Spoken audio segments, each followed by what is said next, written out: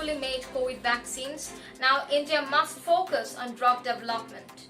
Welcome to Inventiva, I'm Oishi Banik, back with today's news.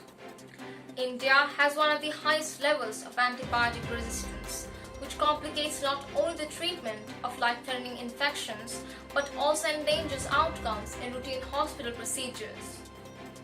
The benefits gained through medical advances are also put in peril when patients contract drug-resistant bacterial infections.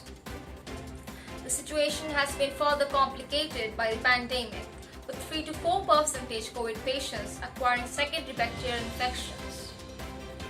A recent ICMR study reported a disturbingly high mortality rate of 56% among COVID patients infected with resistant bacterial infections.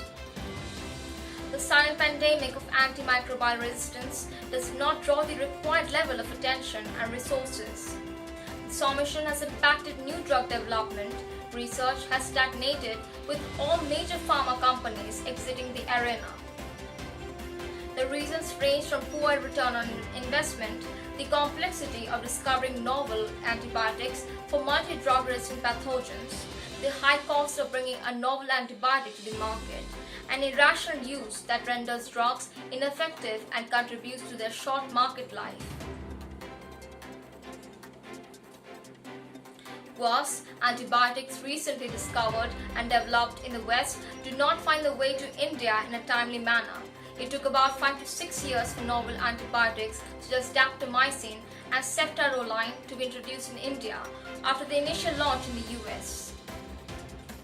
Antibiotics such as impivenom, relebactam and meropenem and vabrobactam, available in the US and EU for more than 2 years now, are yet to be introduced in India. The development of the COVID vaccine in India was made possible by the timely infusion of funds as a result of advance purchase payments to companies involved in production.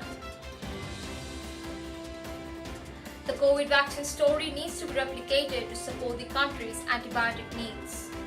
The bulk of initial drug development happens in small and medium-sized entities and academic institutions that are dependent on external funding and development partnerships.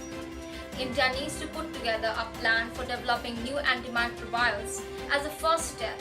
The government needs to recognize the snags and deficiencies in the production pipeline.